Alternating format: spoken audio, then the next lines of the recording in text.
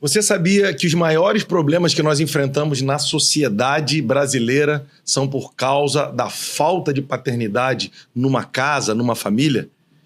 Nós vamos falar sobre isso hoje no nosso podcast e eu tô aqui com a minha esposa amada e já nós vamos falar quem é a pessoa que nós trouxemos que tem autoridade no assunto e eu tenho certeza que o que nós vamos falar aqui vai tocar a tua vida profundamente, vai te ajudar muito, não é, meu amor? Sim, é um prazer estar nessa mesa, é uma honra para mim estar nessa mesa e eu creio que as palavras que vão fluir daqui vão tocar a tua vida, vai tocar essa geração, nós cremos nisso. Para isso, se inscreva no nosso canal, que você sempre vai receber palavras de Deus para te edificar a tua casa e essa geração. Então, vamos anunciar quem está aqui conosco. Deixa que eu anuncio. Fala então. Pastor Luiz Hermine, pastor apóstolo do nosso coração. Seu servo. Glória a Deus, gente. Que bom estar aqui. Que oportunidade. Rapaz, esse é meu assunto. Sim. Esse é meu assunto. Eu amo falar de paternidade, até porque tem muitas pessoas que não desfrutam Deus na sua totalidade por desconhecer o que é paternidade. Até rimou, viu? Vou escrever. Exatamente. Então, assim, a gente quer falar disso, de paternidade, a paternidade de Deus. Porque um Deus você serve com sacrifício, mas um pai não. Um pai você serve com honras, né? Com obediência. Então, a gente está junto aqui para falar desse assunto tão contundente que vai abençoar poderosamente sua vida. Vamos lá? Vamos nessa? Mas antes da gente falar do tema diretamente, eu queria perguntar ao senhor, como foi teu processo de conversão, início do Mevan? Fala um pouco do testemunho, pastor. Quando eu disse que paternidade é o meu assunto, por quê? Cara, porque eu fui um cara criado sem pai, entendeu? Meu pai foi embora de casa, eu tinha 12 para 13 anos de idade. E meu irmão tinha 10, 9, e o Júnior, meu irmão mais novo, tinha 4 anos. E hoje nós somos 3 pastores, né? A gente teve que achar um lugar em Deus e pai. Eu fui criado na igreja, meus bisavós eram cristãos, meu bisavô era cristão, meu bisavô foi o primeiro presbiteriano da região de Camboriú. E aí a primeira igreja presbiteriana construída na região de Camboriú foi um terreno doado pelo meu bisavô. Eu não conheci ele morreu cedo. Meu pai também não conheceu ele, foi assassinado com 48 anos. Nossa. Meu avô, sendo um dos irmãos mais velhos, criou os outros irmãos. E ficou na igreja presbiteriana até morrer. Meu pai foi líder de jovens, se casou com minha mãe, e depois eles se separaram, e eu com 12 anos, né, no meio daquela separação, a gente desviou do caminho do Senhor, foi para as drogas e tal, e voltei com 28 anos. Né? Hoje eu tenho 58. São 30 anos aí servindo ao Senhor com alegria. Me envolvi na época, né, com drogas, com coisas erradas, mas eu descobri Deus como pai. E é sobre isso que eu quero falar com você. Porque não foi a religião em si. Porque eu era católico, virei pai evangélico. Não, na realidade não era isso. Você era de uma religião, virou para outra. Não. É quando eu comecei a descobrir Deus como pai. Quando eu entrei num quarto para orar, para buscar Deus, fui levado até na casa de uma pessoa que orava pelas pessoas e ela orou por mim, rapaz. As irmãs do Coca. As irmãs do Coca, Rodrigo. Olha, todo mundo já teve uma experiência com as irmãs do Coca. A vovó também. A vovó, todo mundo. E no dia 1º de dezembro de 1995, 1,83 m, com 54 quilos, doente por causa da droga, eu aceitei Jesus. Na realidade, eu voltei para Jesus. E de lá para cá, tem sido uma vida intensa, muita entrega, muitas viagens pelo globo, pregando o Evangelho de Jesus e falando desse assunto tão contundente que é paternidade de Deus. O senhor falou viajando pelo globo. Quantas nações o senhor já consegue ainda saber exatamente? Eu contei até 50. Eu já estive em mais de 50 nações pregando o Evangelho. Acho que em todos os estados do Brasil, se não me engano, acho que falta 2 estados do Brasil que eu não estive ainda. Plantando igrejas, né? Hoje nós estamos em 27 países com o Ministério Mevan. E é isso. Obedecendo o ide, né? Ide por todo mundo e pregando o Evangelho a toda criatura. Jesus, se você for analisar, Eu sempre digo que pior do que não entender a realidade de Deus é não entender Deus presente na realidade. Uau. Às vezes você não entende a realidade de Deus porque você não entende Deus presente nela. Sim. Se você for analisar, Rodrigo, você vai perceber uma coisa. O Senhor nos deu 3 tarefas. O Senhor nos deu 3 tarefas. 3 verbos, eu costumo dizer. São os meus 3 verbos. Ide, fazei e ensinai. Mateus 28, ele fala disso. Ide por todo mundo, pregai o evangelho a toda criatura, né? Fazei discípulos de todas as nações, ensinando a guardar todas as coisas. Então, o ide, o fazei e o ensinai foi coisas que Deus nos ensinou nos ensinou a viver, a praticar. Nos comissionou, né? Nos comissionou. E a grande comissão é isso. E a grande comissão, ela não tem a ver só com salvação de pessoas, só com remir pessoas, mas é remir território, remir ambientes.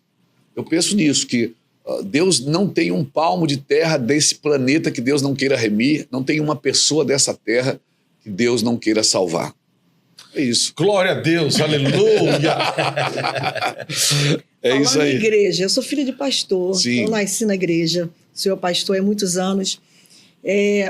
Hoje, olhando para a realidade da igreja, o que o senhor vê como assim, os desafios que a igreja tem na sociedade contemporânea dela, mas entendendo o que Deus está fazendo? Eu acho que esse Sim. é o maior desafio, entender Sim. o que Deus está fazendo. Qual é a chave, pastor, para esses dias? Você falou uma coisa, Priscila, você perguntou uma coisa muito séria. É assim, e eu volto a dizer, pior do que não entender a realidade presente é não entender Deus presente na realidade. Sim. Tudo parte de ouvir a Deus. Às vezes eu quero fazer coisas, eu não posso acordar 3 horas da manhã para buscar Deus, para atrapalhar aquilo que Deus quer fazer, né? Com as minhas vontades próprias, com meus anseios, porque o espírito já está pronto. A carne é que é fraca e a alma está sendo restaurada. Eu não posso servir a Deus na alma, eu não posso servir a Deus na carne, eu preciso servir a Deus no espírito. Quando você fala assim de desafio, para mim, um dos maiores desafios da igreja contemporânea, da igreja desses dias, é parar para ouvir a Deus. É muitas vozes, né? É muitas vozes. Muito entretenimento. Muito entretenimento, muita distração. Não é? E são coisas importantes. Nós estamos aqui fazendo um podcast importantíssimo. Importantíssimo. Né? Mas tem muitas coisas acontecendo, muitas vozes, muitos caminhos alternativos. Eu acho que o problema todo é o excesso. Você vai perceber no decorrer da história bíblica que a maioria dos homens que se perderam no caminho se perderam pelo excesso. Amém? Comer é pecado? Não é, mas glutonaria é. Ele estava indo por um bom caminho. Exato, mas daí começa o excesso. Você vai perceber uma coisa que o excesso de tudo que nós fazemos e somos, né, queremos ser, muitas vezes não tem a ver com a vontade de Deus, né? Eu costumo dizer que a popularidade ela tem matado mais profetas do que a perseguição. Meu Deus. Não é? Então, assim, alguém me perguntou esse dia, Luiz, você não tem medo da fama? Eu digo, não, eu não tenho medo porque eu tenho uma causa para ela. Se você tem uma causa para a fama, se você tem uma causa para o recurso, se você tem uma causa... Deus me deixou famoso, e agora? Agora você vai ter que usar aquilo que Deus fez através da tua vida para o propósito de Deus. Porque as causas estão muito pessoais, né? Muito pessoais. Sim, então, assim, ó, pessoal. é muito pessoal. Não pode. Eis-me aqui, né? O evangelho está muito antropocêntrico, né? O evangelho é cristocêntrico. Como Paulo falou para Timóteo, os homens estão amantes de si mesmos. Exato, mas isso você vai perceber ao longo de toda a história bíblica que muitas vezes, né, o excesso é perigoso. É muito mais fácil a gente, como homem, lidar com fracasso do que lidar com excesso. Verdade. Com sucesso. Com sucesso. Porque o fracasso, puxa, errei, deu errado, fali, quebrei, minha empresa quebrou, tal. Vamos começar de novo. Sim. Vamos lá, vai buscar Deus. O brasileiro tem isso, né? Exato, essa resiliência do brasileiro é muito, muito significativa. Eu viajo muito, eu vejo, né, por aí que o brasileiro é muito respeitado por essa resiliência. Algumas pessoas costumam dizer, é o jeitinho brasileiro. Mas o brasileiro ele tem uma graça de se levantar das cinzas. Né? É claro, tem muito sentimento envolvido, Claro, que daí claro. é o perigo. Sim. Eu penso que é o perigo. Muito sentimento envolvido. Porque tem hora, Rodrigo, que você tem que deixar, né, sentimentos. É hora que você tem que silenciar a sua alma. Né? Então, para responder a pergunta da Pri, eu vejo que tem muito excesso, muita coisa, né? Quando o Senhor vai falar da ceia, só um minutinho, quando o Senhor vai falar da ceia, lá em 1 Coríntios capítulo 11, ele diz, vocês se reúnem para pior e não para melhor. Ou seja, vocês estão se reunindo para cear sem entender o que é a ceia. Então, o que é que Paulo está dizendo? Ele está dizendo o seguinte, que a reunião de vocês ela se tornou inútil. Então, assim, infelizmente, muitas reuniões se tornam inúteis quando a gente não entende o propósito dela. O culto não é para mim, o culto é para Deus. Sim. Né? O culto não é para mim, o culto é para o Senhor. Então, quando eu vou cultuar, o culto é para Deus. Pastor, canta aquela música que eu gosto, mas não é para você que eu canto, é para Deus. Pastor, prega aquela palavra que eu gosto. Poxa, o pastor hoje não falou daquilo. Então a gente está sempre procurando um culto para a gente. Sim. Não, querido, o culto não é nosso, o culto é do Senhor. Então os excessos é que são perigosos. Esse culto onde o homem é o centro de Deus. Para mim, o homem, né? Tanto é que é o único ser que tem o Espírito de Deus é o homem. É o único. Deus não colocou o Espírito dele numa planta, num animal. O animal tem alma, por isso que você consegue dominá-lo, mas o Espírito, Deus colocou e soprou sobre a vida do homem. E o homem foi chamado para representar a Deus, não para substituir a Deus. Então é isso. Respondi? Sim. Glória a Deus. Sim. Eu ia falar sobre o tempo inteiro, nos dias que a gente vive, rever as nossas motivações, reais intenções. Exato. Estou fazendo algo que é de Deus? Sim, mas qual é a minha motivação? Qual é a minha intenção? Lá no íntimo. Exato. Salmo 51, Deus ama a verdade no íntimo. Qual é a minha verdade no íntimo? Exatamente. Por quê? As perguntas da Priscila estão afiadas demais. Hoje eu saí de casa, hoje então, eu saí daquele deixa eu jeito, te falar pastor. uma coisa aqui. Entendeu o meu sucesso. Exato. Não é o que eu entendi o teu sucesso, né? Não é o que eu faço, é quem eu estou me tornando por aquilo que eu faço. Uau! Porque você vai perceber no final das contas, Mateus capítulo 7, Jesus diz, naquele dia muitos dirão, em teu nome eu curei, em teu nome eu revelei, em teu nome eu profetizei, em teu nome, em teu nome, em teu nome. Jesus vai dizer, apartai-vos de mim, porque eu não os conheço. Ou seja, essa palavra conhecer é a mesma palavra para intimidade. O Senhor está dizendo, eu não tenho intimidade com você, eu não te conheço, você nunca foi meu íntimo. Então você vai perceber que no final das contas, o saldo disso, o extrato disso, não é o que eu faço, é quem eu estou me tornando por aquilo que eu faço. Amém. Quem eu me tornei depois do sucesso, quem eu me tornei depois do fracasso, quem eu me tornei depois que Deus me deu uma igreja grande para cuidar, Sim. quem eu me tornei depois que eu fiquei conhecido no mundo. Qual é o extrato disso? Porque tudo que Deus me dá, eu acredito, Priscila, que Deus, ele não te dá recursos, ele te confia recursos. Né? Deus não te dá fama, ele te confia lugares. Sim. Né? Porque não se esconde uma lâmpada debaixo de uma vasilha, mas se coloca no alto para que ela ilumine toda a casa. Então a intenção, por isso seja o vosso sim, sim, e o vosso não, não. Ou seja, o sim da boca tem que ser o sim do coração. O não da boca tem que ser o não do coração. Não adianta eu dizer assim, oi Rodrigo, a paz do Senhor, tudo bem com você? E ele virar as costas e dizer, esse cara é um xarope, é um chato, eu não gosto desse cara. O meu sim não é o meu sim, e o meu não não é o meu não. Eu posso me aproximar de você porque eu te amo, eu posso me aproximar de você porque eu sei que eu posso ser útil, ou eu posso me aproximar de você porque você tem alguma coisa para mim. Então a minha intenção é que conta muito. O que conta é a intenção do coração. Por isso que o Senhor não diz, filho meu, me dá o teu serviço. Porque serviço qualquer um pode fazer. Ele diz, filho meu, me dá o teu coração. Provérbios capítulo 4, versículo 23 diz assim, sobre tudo que deves guardar, guarda o teu coração. Enche lugar, né? Sim. Porque é dele que procedem as saídas da vida. Sim. Sobre tudo que deves guardar, guarda o teu coração, porque é dele que procede as saídas da vida. E aqui mesmo em Provérbios ele diz como você guarda o coração. Se você for, eu vou abrir aqui, pode ser? Rapidinho? Claro, é nóis. Rapidinho. Pode ler a Bíblia aqui nesse podcast? Aleluia, Jesus. A gente a gente lê Bíblia. Pode ler a Bíblia aqui no podcast?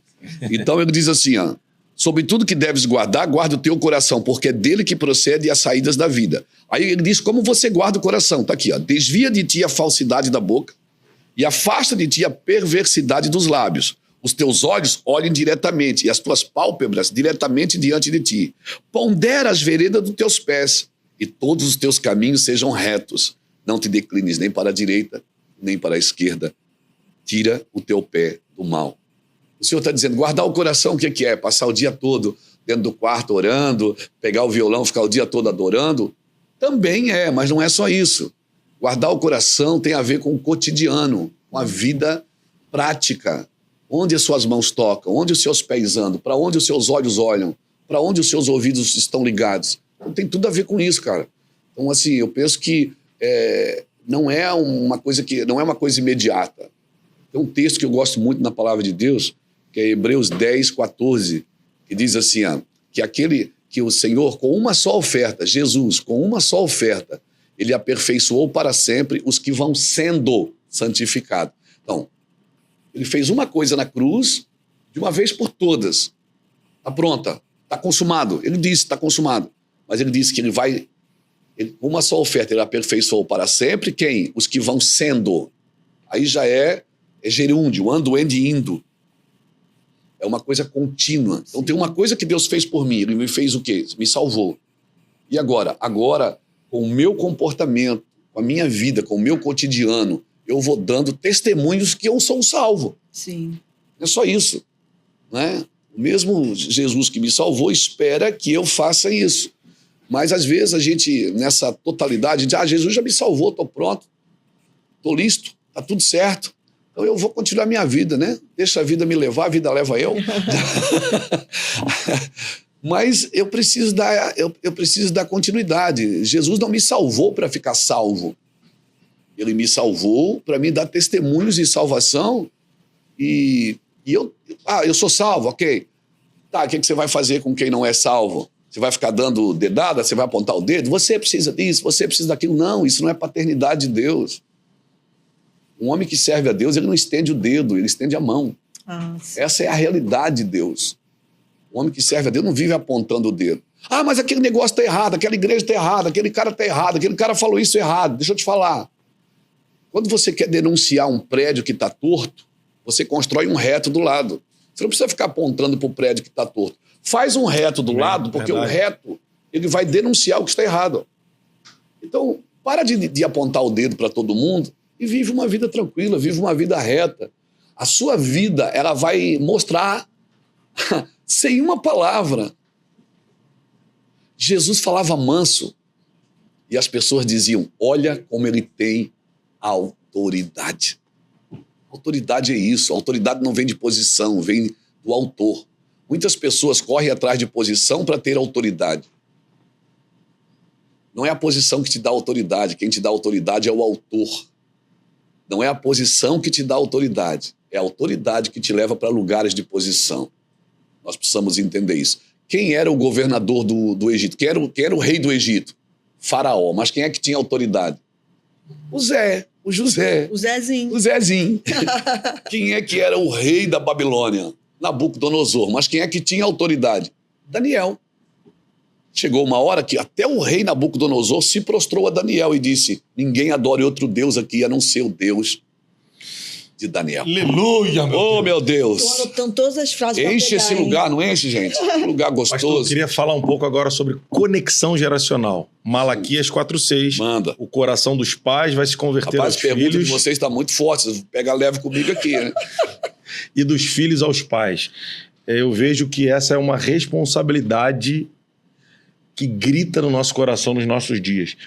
Como nós podemos cooperar, nós pais, com o Espírito Santo, para que haja essa convergência geracional, essa conexão geracional, Amém. Ou seja, o coração dos filhos junto com o nosso, no mesmo propósito, na mesma missão. Amém. Primeiro, nós precisamos entender que nós... você lembra que eu comecei esse podcast falando que eu fui criado sem pai? Sim. Hoje meu pai é meu amigo. Vai lá na igreja, chora, e se joga no chão, e vai na nossa casa, é uma benção. Por que meu pai é meu amigo? Porque eu entendi esse texto que você acabou de falar. Se os pais não convertem o coração dos filhos, os filhos vão converter o coração dos pais. Amém? Ó, nós estamos aqui fazendo podcast, sua filha está aqui assistindo. Não é? Garota, 13 anos, está aqui assistindo. Que modelo que ela está vendo do seu pai? É a palavra? Não, são as atitudes. Primeira coisa que eu acho que os pais contribuem para tornar filhos melhores do que eles, porque o pai é o único ser que quer que o filho seja melhor do que ele. Todo mundo dá conselho, mas o pai dá destino. O pai, quando libera uma palavra, ele está dando destino para os seus filhos. Né? Agora, a gente tem que parar como pai. Eu já sou pai, sou avô, espero ser bisavô e tataravô, aleluia. Quando os pais precisam parar de terceirizar a educação dos seus filhos. É verdade. O pai quer terceirizar a educação do seu filho para a escola, para a creche. Meu irmão, o Estado, ele está aqui para consertar ruas, para arrumar buraco, para botar semáforo. Para a classe na igreja. Exato. Agora sim, ó, exato. Os pais querem terceirizar a educação dos seus filhos para os pastores, para o Estado, né, para os professores. Não, meu irmão. Biblicamente falando, quem educa os filhos são os pais. Né? São os pais. Agora, os pais têm duas formas de educar seus filhos. Isso eu aprendi, olha, com duras penas. Você pode educar seu filho com castigo ou você pode educar seu filho com recompensa. Como, pastor? Você pode dizer assim para o seu filho, se você fizer isso, eu vou te bater.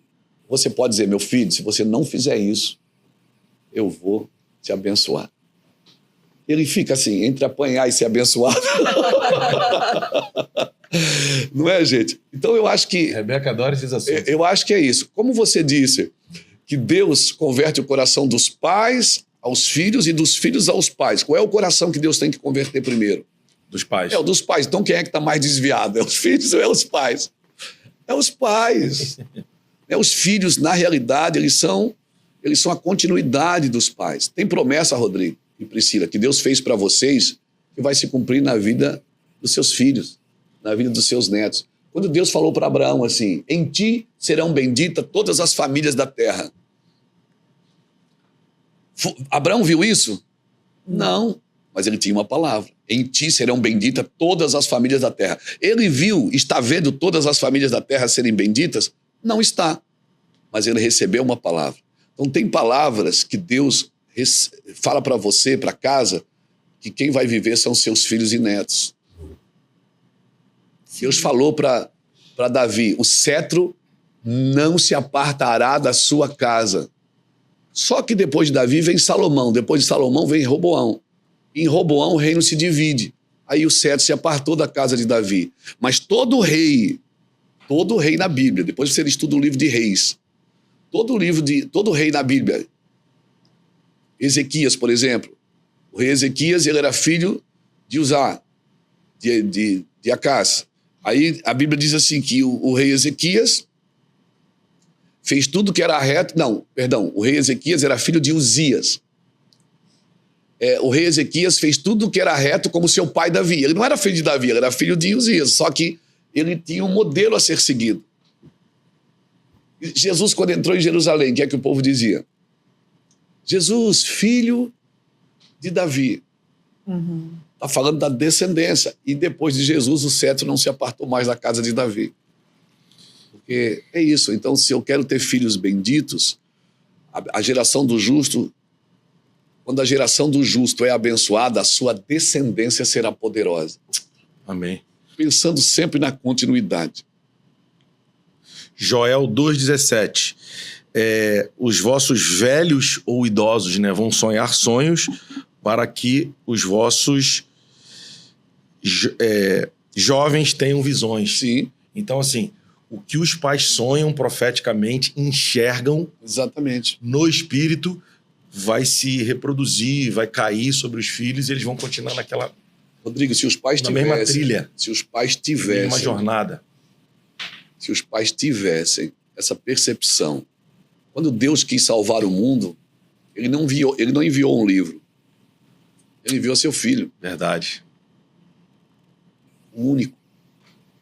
Não é? Então, veja bem, quando os pais têm essa percepção de abençoar os seus filhos, rapaz, abençoar seu filho é bom demais. Eu sou do tempo que a gente acordava de manhã e beijava a mão do pai, né? Pedir a benção. Pedir a mão, benção pai, benção mãe. Ia dormir, a mãe ia na cama, Deus te abençoe, meu filho. Então isso mas isso aí era costume. Não é costume. Isso é benefício, querido. Benefício aos filhos. Então o seu filho vai sair de casa, abençoe, estende a mão. Você começar a chamar seu filho de malandro, ele vai ficar malandro. Sim. Você chamar seu filho, isso aí não dá certo na vida, nunca fez nada certo. Nunca vai fazer nada certo. Porque os pais, eles precisam saber que a palavra deles sobre os seus filhos são sentenças. Sim. Seja para o bem, como para o mal. Sim. Vida e morte estão no poder da língua. Está no poder da língua. Bendito é o homem que come do seu fruto, né? A morte e a vida estão no poder da língua. Então, libera coisas boas, né? Esse ambiente espiritual que é a família é um ambiente espiritual. Nós não podemos cantar nem liberar palavras que nós não estamos comprometidos com ela. Sim. Você vai liberando palavra, mas é brincadeira. Olha, Cara, eu ouso a dizer que tem coisas que eu falo para Deus de brincadeira que Deus leva a sério. O senhor falou cantar, né? Às vezes a gente libera no canção, nem tem noção. Nem tem noção do que está cantando, nem tem noção do que está falando, né? E eu tenho um cuidado até com as canções, né? Onde o homem é o centro, eu vou fazer, eu vou crescer, eu vou levantar, eu vou... Não, canta para Jesus. Tu és tudo para mim, tu és o meu rei, tu és o meu Senhor. Claro, tem canções celebrativas, eu não estou aqui para... Né? até porque Deus estabeleceu o homem no jardim para cultivar e guardar. O Com radical certeza. da palavra cultivar é culto, né? É celebração, você celebra também, né? Tem aqueles cultos que a gente faz que a gente só diz, Deus está aqui, o negócio vira. Né? Tem dia que você prega com a barriga, prega com o estômago, prega com a inteligência, prega com todas as sabedorias, com todos os recursos que você tem de pastor, e parece que ninguém está ali. É. Dia a dia. Ainda sobre paternidade, pastor. Sim, vamos lá. A gente vê de forma geral que há uma falta, né? Há uma ausência da figura paterna na sociedade Sim. brasileira e eu acho que mundial. Né? A Sim, figura mundial. paterna. O desafio nosso como pais, e eu me incluo, obviamente, qual, assim, não preciso de nenhum manual, Sim. mas quais passos práticos que o senhor pode deixar como conselho para que a gente possa ter nesses dias, para que a gente possa ser eficaz, Eu gosto disso. sabe, na nossa paternidade e revelar a paternidade de Deus para os nossos filhos? Eu sou muito prático, Priscila. De forma prática. Assim, uma criança que foi criada sem pai, certamente ela tem dificuldade de ver Deus como pai. E quando você não vê Deus como pai, você sente falta de, principalmente, eu vou citar 3, tem mais, mas eu vou citar 3 aqui. Um filho que é criado sem pai, ele tem problema com direção, proteção e limites. Toda criança que é criada sem pai, ela tem problema de proteção. Algumas acabam na sua juventude, na sua maturidade, criar suas próprias proteções. Não tem limites. Uma criança que é criada sem pai, ou sem os pais, porque a gente tem que entender que a paternidade de Deus não tem a ver só com a figura masculina, tem a ver com a figura feminina também. Como assim, pastor? Quando Deus fala de provisão, ele usa a figura do homem. Ele diz, pode pai dar uma serpente para o filho que pede um peixe? Pode um pai dar uma pedra para o filho que pede um pão? Vós que sois maus, sabe fazer boas coisas aos seus filhos. Imagine o vosso pai que está no céu. Quando ele fala de provisão, ele usa a figura do homem. Mas quando ele fala de afeto, de carinho, de mimo, ele usa a figura da mãe. Ele diz, pode uma mãe abandonar seu filho que amamenta? Eu, porém, o Senhor, não te deixarei. Sim. Então você não pode limitar a figura de Deus só na figura do homem. Porque às vezes a criança tem o pai, mas não tem a mãe.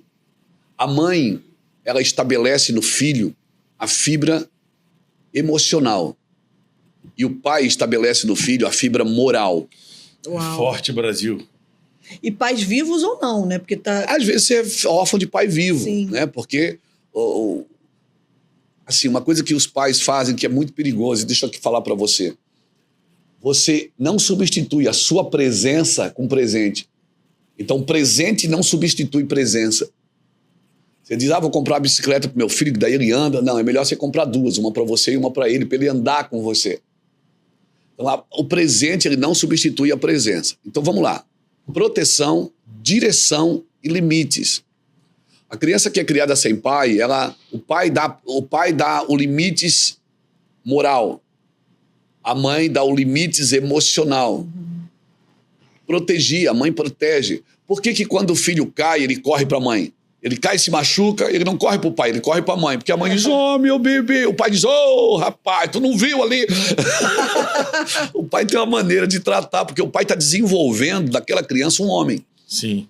A mãe não. É instintivo da mãe. É o né? instinto da mãe. Instinto. É proteção, não tem jeito. É proteção. A mãe é mais protetiva. Não é? Quando nossos filhos eram pequenos, né? Às vezes ele brincava, até eu brincava com o filho e ele chorava. A mãe vinha, pegava. Ela dizia, viu, quem gosta mais de mim não gosta, não é, porque você tem leite, eu não tenho. Você dá o leite. Né? Então, o instinto é esse. Então, o pai, a criança sempre corre. E quando esse lar está dividido, a criança sempre corre para quem atende a necessidade dela. Quando esse lar está dividido, a mãe diz uma coisa e o pai diz outra. Porque os dois não estão brigando sempre. O pai diz uma coisa, não vai. A mãe diz, a criança diz, eu vou pedir para a mãe. Ou então, a criança vem pedir para o pai diz, fala com a tua mãe. Não, ele também tem que dizer, filha, assim, chama a mãe e resolvem juntos. Porque um fica empurrando pro outro. Sim. Aí a criança, às vezes, cresce emocionalmente, mas moralmente ela é perdida. Às vezes ela cresce moralmente, mas emocionalmente ela é perdida. Por quê? Porque ela não tem o controle dos dois. E você vai perceber uma coisa. Este é o primeiro mandamento com promessa. Honra teu pai e a tua mãe para que acrescente os teus dias na terra. Então, muitas, não é todas, mas muitas das mortes prematuras têm a ver com a desonra com os pais. Uau. Entende? Então, assim, um pai que busca Deus. Vamos usar palavras práticas. Você vai numa igreja, o que é que você vê na igreja? Mais mulheres do que homens. Sim. Por quê? Porque a luta para que um homem não se converta é muito maior. Por quê? Porque um homem convertido numa casa, converte a esposa, converte o filho, converte o cachorro, converte todo mundo, meu filho. Por quê? Porque ele tem um papel na casa, ele é o sacerdote da casa. O homem é o cara que diz, vai dar tudo certo. Mas estamos sem dinheiro, mas vai dar certo. Deus vai dar graça. Nós vamos vencer. Rodrigo, uma casa que tem um homem que busca Deus, você vai, a maioria dos círculos de oração é de mulheres, não é de homens. A gente fala vovó do coque, né? Tia do coque, vovó do Sempre coque. Quem feminino. tem que buscar Deus são os homens. Os homens têm que buscar Deus para proteger as suas esposas e os seus filhos. Então, essa criança, ela cresce, né? Ela cresce com a figura do pai e da mãe. É o meu herói. Meu pai é meu herói. Pergunta para um filho de caminhoneiro o que é que ele quer ser. Ele diz, eu quero ser caminhoneiro que nem o meu pai. Mas ele não sabe que o pai está ralando atrás de um volante, de uma boleia de caminhão. Não é? O filho quer ser o pai. Entendeu? Ele quer ser o pai. E qual conselho o senhor dá, entrando no gancho, qual conselho o senhor dá para a nova geração de líderes, pastores, para que possam pastorear com um coração de pai nessa geração que sofre tanto com a orfandade e com a bastardia? Queridos, o sucesso no ministério não substitui o fracasso da família. Você pode ter um ministério lindo, cheio de graça, mas a sua casa é o seu maior ministério. Um lar bem firmado, um lar firmado no Senhor. Mas o meu lar é firmado e meu filho está desviado. Mas ele vai voltar, você pode ter certeza. Amém. Deus vai dar graça. Se você está buscando ao Senhor, ele vai voltar. Verdade. Né? Então, assim, que a gente está muito mais preocupado do que fazer do que aquilo que a gente está se tornando, né? Então, veja bem. Volto a dizer, não é o que eu faço, é quem eu estou me tornando por aquilo que eu faço. Paternidade, para mim, nas Escrituras, são tudo. É tudo. São todos os movimentos do Senhor, você vai ver paternidade. Todos os movimentos do Senhor. Né? Os discípulos nunca chamaram Jesus de pai. Mas Jesus disse, eu não vos deixarei órfãos. Hoje tem um movimento que às vezes a pessoa tem que chamar o pastor de pai, é meu pai. Não tem. Paternidade não é paternalismo. Sim. Paternidade é você saber que aquele cara que está ali, ele está me dando destino. Eu tenho muitos, vamos dizer assim, filhos ministeriais. Sim. Não filhos espirituais. Porque nós temos filhos ministeriais, né? Ministeriais, vocacionais. Pessoas que a gente ativou, destravou, empoderou, né? Mas meu pai espiritual é Cristo. Claro. Deus, né? Eu posso ativar você, como, né? A gente tem essa cultura dentro do Ministério Mevan, a cultura da paternidade, né? É a palavra da minha vida, eu não sei viver outra coisa sem paternidade. Né? Então, Falando de paternidade ministerial, né? Falando da cultura do Mevan, da visão, aproveitar para abrir um parênteses aqui para a gente falar sobre Missão Sudeste. O que o senhor pode falar sobre a Missão Sudeste, o propósito dela, Rio de Janeiro, esse movimento que a gente está nesses dias aqui vivendo juntos, de unidade? Eu trabalho com bastante pastor, né, Rodrigo? Você sabe, você é da mesa. A minha vida hoje é ativar pastores. Eu tenho encontrado muitos pastores cansados no reino de Deus. Por quê? Porque muitos estão tentando chegar no lugar pelo serviço. Cara, não é o serviço que te aprova. Você precisa saber quem você é. E homens cansados, eles vão negociando valores. Verdade. Isaú chegou cansado do campo e vendeu o seu direito de primogenitura. Meu Deus. Você vai ver uma coisa, que descanso é tão importante que Deus trata como mandamento. Verdade. Então, muitos pastores cansados, é um culto atrás do outro, é uma reunião atrás da outra, é uma coisa atrás da outra, aquele ciclo vicioso de entretenimento que tem que dar resultado. Você não tem que dar resultado, você tem que dar fruto. E muitas vezes, para você dar fruto, você tem que parar de dar resultado. Olha o que Deus falou para Adão, vamos voltar lá na origem. Eu não tenho que voltar ao passado, eu tenho que voltar à origem, a ideia original de Deus. Quando Deus criou o primeiro homem, Adão, qual era a palavra para o primeiro homem? E Deus o abençoou, Gênesis 1, 26 a 28. E Deus o abençoou e disse, frutificai, multiplicai, enchei a terra e sujeitai-a. Olha o que Deus está dizendo. Primeiro, você frutifica, depois você multiplica.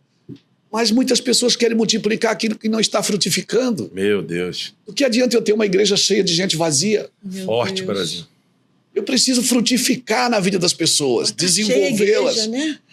Mas a igreja está cheia, está entrando recurso, poxa, tá bom pra caramba. Não estou falando de ninguém, não. Eu estou falando de mim. Não, claro. Quantas vezes o senhor já me parou e disse, Luiz, você está errado. Eu disse, não, meu Deus, a igreja está cheia. Eu estou fazendo a obra para você. Ele diz, não, você está fazendo para você. Sim. Não é para mim. Meu Deus. Eu ia para casa chorar, parava tudo. Lembra quando eu dizia, para tudo, vamos, meu Deus, o que está acontecendo? Porque, cara, eu tenho que cuidar da minha vida. Porque esse é o melhor lugar para esconder meus problemas, é no problema dos outros. Eu fico falando do problema dos outros e escondo os meus. Eu vou para a internet apontar o pecado dos outros e eu escondo os meus. Eu tenho que cuidar da minha vida, cara. É a minha vida que eu vou ter que apresentar a Deus, não é a sua.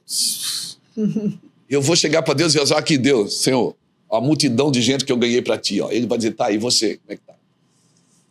Cada um prestará conta de si mesmo. As pessoas não estão se dando conta disso. Há um ciclo vicioso de entretenimento. Né? Eu estou aqui no podcast. É importante o que nós estamos fazendo aqui. Mas mais importante é o conteúdo do que está sendo liberado. O que está sendo dito. O pacote pode estar bonito, mas você abre.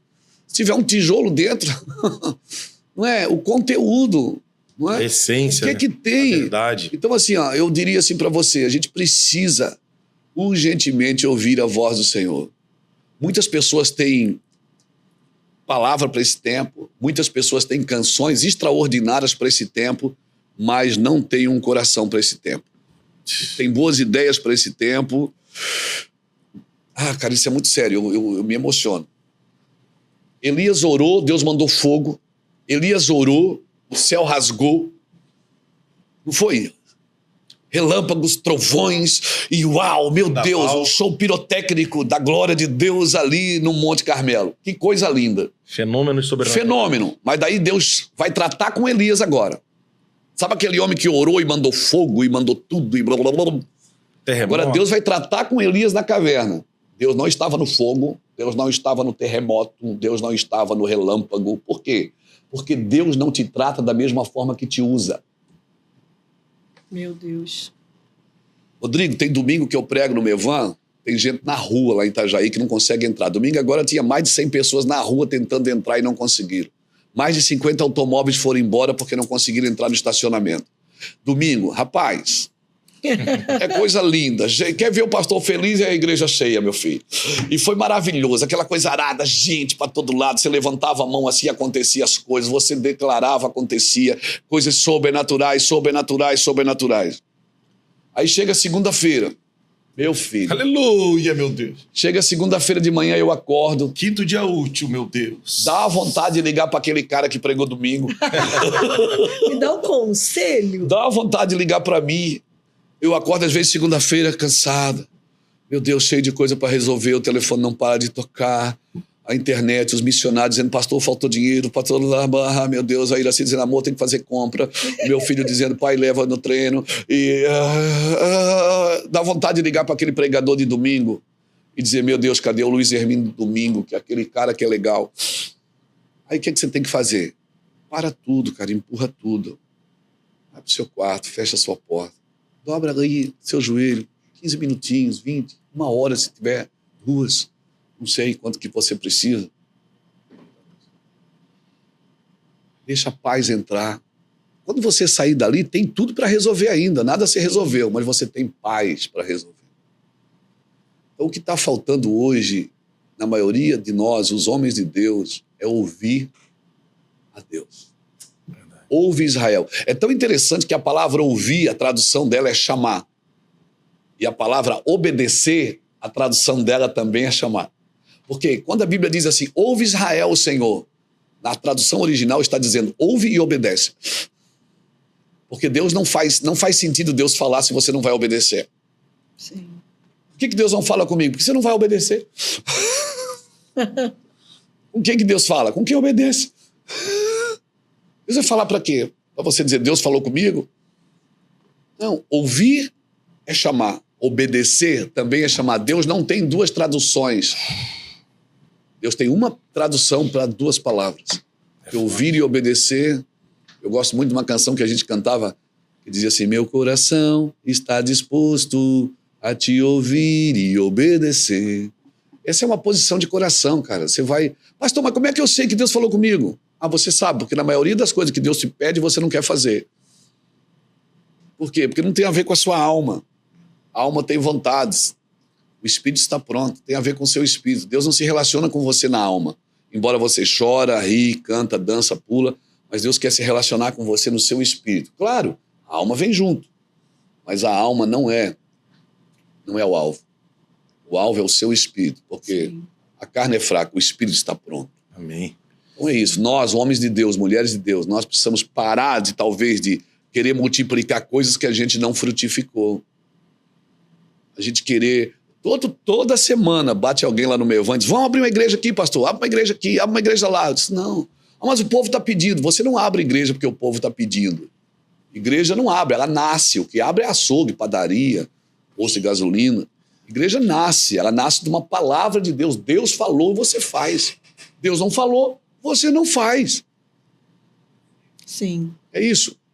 Falando sobre ouvir o Senhor, a gente vê que tem uma geração de pastores que Deus está levantando para esse tempo, de líderes novos, até de idade mesmo. E eles têm um anseio em ouvir o Senhor e ter clareza do chamado. Você vê uma geração se levantando, querendo entender. Eu quero entender a minha vocação, o meu chamado pastoral, líderes. Especialmente por alguns que passaram, a gente sabe, por essa ausência da figura paterna, que é o testemunho do Senhor, né, que o senhor falou no início. Qual o conselho que você dá para esses pastores? É porque a gente quer entender para obedecer. O que eu faço agora tu não entendes. Mas se tu obedece, tu entenderás depois. Mesmo sem entender. Mesmo igual sem entender. Exato, você tem que obedecer. Você tem que obedecer. Se tem coisa que Deus pede para mim, faz isso. Cara, mas eu quero obedecer, eu começo a fazer conta. Qual é o ônus, qual é o bônus? Aí eu começo será? Mas isso não é de Deus, porque Deus não tem isso para mim. Eu tava falando na nossa ceia. Eu estava falando na nossa ceia. Ceia da igreja. Eu disse, irmão, se você sabe que alguém da nossa igreja está desviado, estou falando para minha casa. Sim. Amanhã, quem sabe o cara separou, divorciou, está perdido, se frustrou com alguém da igreja. Amanhã você pega o pão Pega o suco da videira, vai na casa dele e ceia com ele, chama ele para sentar na mesa. Quando eu falei isso, eu fiquei pensando, meu Deus, nada a ver, porque, né? A ceia a gente está acostumado a dar para quem é crente, para quem... O cara está desviado, como é que vai tomar ceia? Eu disse, quem sabe esse cara está perdido aí, até no carnaval. Só que a festa vai acabar e a igreja vai continuar. Vai lá amanhã. Eu recebi hoje de manhã um testemunho. O pastor Gladys me ligou dizendo assim, pastor Luiz, fulano de tal estava desviado, um irmão da igreja foi lá e trouxe para ele. Ele está aqui na igreja hoje. É isso. Ele disse que quando ele tomou a ceia, Deus invadiu o coração dele. Sabe qual é o nosso problema? É que a gente quer doutrinar Deus. Muitos de nós querem doutrinar Deus. As pessoas querem doutrinar Deus. Nós queremos dizer assim, Deus não gosta disso, Deus não gosta daquilo, Deus não sei o quê, Deus não sei o quê, Deus não sei o quê. E Deus está dizendo, meu filho, não é você que me dá ordens. O que eu faço agora tu não entendes, mas tu entenderás depois. É forte. Tem pessoas que, sabe, elas querem doutrinar o amor de Deus. Jesus não é um leão de circo que nasceu para divertir pessoas. Jesus é indomável. Não é o que você pensa. Os meus caminhos não são como os teus caminhos, nem os meus pensamentos são como os teus pensamentos. Os meus caminhos são mais altos que os seus e os meus pensamentos são mais altos que os seus. A gente quer lógica. Mas eu não estou sentindo. A fé não sente, a fé sabe. A gente quer lógica. E no mundo com Cristo, no mundo espiritual, muitas coisas não têm lógica para nós que vivemos na carne. Nós ainda não vimos como Ele é. E muitos de nós tomamos decisões a partir das nossas dores. É verdade. Muitos de nós tomamos decisões a partir do nosso orgulho. E não a partir da vontade de Deus. Né? Adão, quando ele se viu nu, o que é que ele fez? Ele se escondeu. Deus faltou o encontro? Não. Deus sabia que Adão tinha caído? Sim. Sabia. Mas ele faltou o encontro? Não. Mesmo sabendo o que tinha acontecido, ele não faltou ao encontro. Meu Deus. Ele não faltou ao encontro, ele foi e ficou lá procurando Adão. Ele sabia onde Adão estava. Ele podia dizer, Adão, tu tá aí, ó. Ele não falou nada, ele disse, Adão. E Adão disse, Senhor, estou aqui, ouvi a tua voz e tive medo, porque estou nu. Deus não perguntou, Adão, Deus não disse, Adão, você fez isso, você fez aquilo. Deus não perguntou o que Adão fez, ele perguntou aonde você está. Porque o que você faz te leva para lugares, ou em Deus, ou fora de Deus. O problema é o que você faz. Adão disse, eu estou aqui porque estou nu. E Deus fez a pergunta para mim, pergunta sensacional. Ele diz assim, quem te falou que você está nu? Ou seja, quem você está ouvindo agora? Depois que você caiu, quem você está ouvindo? Quem falou que você está nu? Quem falou? Adão, eu venho aqui todo dia, Adão. Eu estou vendo você nu desde que eu te criei. E você está se vendo nu. Mas sabe qual é o segredo? É que você olhava para você através de mim. Agora você quer olhar para mim através de você. Então nós queremos medir a Deus a partir das nossas mazelas. E nós não medimos as nossas mazelas a partir de Deus. Você tem que olhar. Eu não amo a Iraci mais do que eu amo Jesus. Eu amo ela através de Jesus. Sim. Porque com Jesus eu consigo amá-la perfeitamente. Sem Jesus, não. Eu só vou ter interesse no que ela pode fazer por mim. As pessoas, eu tenho que olhar para as pessoas como Jesus olha. O que é que a Bíblia diz? Se teus olhos forem bons, todo o teu corpo será abençoado. Ou seja, como você vê as pessoas? Aquele cara é mentiroso, aquele cara é enganador, aquele cara é corrupto, aquele é adulto. Mas como você vê elas? Elas fazem isso. Mas como você vê elas? Vê através de Jesus. E se teus olhos forem bons, todo o teu corpo será abençoado.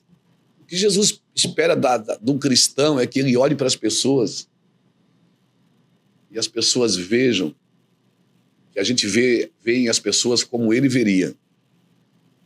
Entendeu? Jesus olha para você, ele não olhou para mim como um viciado em drogas, como um traficante, ele olhou para mim e disse, cara, Luiz é meu, ele me amou. Então, assim, amar as pessoas na semente é muito difícil. Verdade. A gente costuma amar as pessoas quando elas já produziram os seus resultados. Amar na semente e acreditar nas pessoas para mim, é o alvo do evangelho. Evangelho não é um modo de sobrevivência. Evangelho não é para dizer o diabo tem um plano. Não, evangelho é para dizer Jesus está voltando. Nós precisamos celebrar pessoas. Eu celebro pessoas, cara. Apanho pra caramba aí nas internet da vida. Imagina. Porque eu celebro pessoas. Eu acho que todo mundo tem a oportunidade de dar resultados. Alguns não tiveram pais, alguns não tiveram uma pessoa que passou na vida deles e os ativou. E eu sempre procuro servir as pessoas a partir de Cristo. Jesus nunca constrangeu ninguém com sua santidade. Ele sempre constrangia com seu amor. Ele nunca constrangeu ninguém com a sua santidade. Nunca. Ele olha para Zaqueu e diz, desce daí. Lucas 19, ele diz, desce daí que eu vou para tua casa. Ele não chegou para Zaqueu e disse, você é ladrão, você é bandido, você pensa que eu não sei o que você faz, que você rouba os pobres. Jesus não falou nada, ele só foi. Zaqueu ficou apavorado, Rodrigo. Zaqueu disse, Senhor, eu sou bandido, sou ladrão. Jesus, eu sei que você é ladrão. Mas, Senhor, eu vou devolver 4 vezes mais para os pobres. Ele disse, opa, hoje entrou salvação. A pessoa reconheceu quem ela é. Por quê? Porque Jesus falou? Não, ele só entrou. Ah. É isso. É forte. Pastor, nós estamos caminhando aqui para encerrar esse bate-papo maravilhoso. Espero que você tenha sido muitíssimo abençoado. Eu tenho certeza que foi. Você que está na sua casa, você que está aí num hospital, num plantão, você que é da área de saúde. Pastor, muito obrigado. Nós aqui fomos muito edificados. Quais são as suas... Não, antes das suas. Quais são as suas considerações finais, meu amor? Pô, só a Pri que falou hoje, né? Só eu. Mas... Eu queria ter falado muito ela mais. Ela que manda. Oh. Na verdade, as minhas considerações finais é ouvir esse podcast novamente, anotar esses conselhos, porque eu fiquei assim, conselho para os pastores, tudo para mim. Então, meu desafio é ouvir, é ruminar cada conselho de alguém que já passou, que tem se colocado, o senhor, a sua esposa, que a gente conhece muitos anos, como pais para essa geração. Então, minhas considerações são os meus desafios, meu dever de casa. Amém. Voltar para casa e fazer o meu dever de casa. Se eu fizer isso, eu acho que já estou bem. E as minhas considerações? As considerações? Eu diria assim para você, se eu olhar para essa câmera aqui abençoada. O sotaque de carioca? Ó, pô, tá sinistro demais, pô. Assim? Não, a gente não fala assim, não. Não falou. Tá maluco? Que isso, pastor? As minhas considerações finais, eu diria para você uma coisa. Seja um homem de coração e não de decoração. Não adianta você decorar uma coisa que não é verdadeira. Então seja um homem de coração, seja alguém verdadeiro, seja você. Tá mal? Diga, Senhor, eu tô mal. Tá em pecado? Senhor, eu tô em pecado, me ajude. Não mostre uma coisa que você não é. Por que Jesus secou a figueira? Ah, porque ela não tinha figo. Não, ela não tinha obrigação de dar figo. A Bíblia diz que não era tempo de figos. Ela não tinha nenhuma obrigação de dar figo, mas a Bíblia diz que ela tinha folhas. E as folhas anunciavam o quê? Que tinha figo. O problema não é ter figo, é ter folhas. O problema não é você não ter, é você não ter e mostrar como se alguém que tivesse. O problema não chegou seu tempo de dar fruto, não tem problema, vai chegar seu tempo de dar fruto. Mas não fica mostrando as folhas se você ainda não produziu os seus frutos. Não adianta produzir resultados e não produzir frutos. Amo vocês, Deus abençoe. É nóis. Então, meus irmãos, nós estamos encerrando. Quando nós falamos sobre paternidade, a gente fala sobre 4 dimensões. A paternidade de Deus, a paternidade biológica, a paternidade geracional e a paternidade ministerial ou vocacional. Eu quero terminar com isso dizendo, pastor, muito obrigado por exercer essa expressão da paternidade vocacional ministerial sobre a nossa casa. Está aqui minha filha, minha esposa, nossa equipe aqui. Já há muitos anos que nós caminhamos juntos. E muito obrigado por tudo. Tamo junto e misturado. É nós. Te amo. Meu Deus, também. I love you. Segue a gente lá no nosso canal, compartilha para outras pessoas. Eu creio que uma geração vai ser tocada. É rápido, a gente compartilha, né? Nosso Instagram, Priscila Mevan Recreio, Rodrigo Mevan Recreio, @antes, @Luiz Hermínio. A gente é ruim desse negócio de endereço, mas o pessoal coloca lá. Vai lá no Luiz Hermínio, que é mais famoso, você vai achar a gente. Não, vai lá, gente, vai lá. E agradecer também a Somos. É isso, filha? Somos. Glória a Deus, aleluia. Valeu, gente. Fiquem ligados aí nos próximos episódios. Shalom.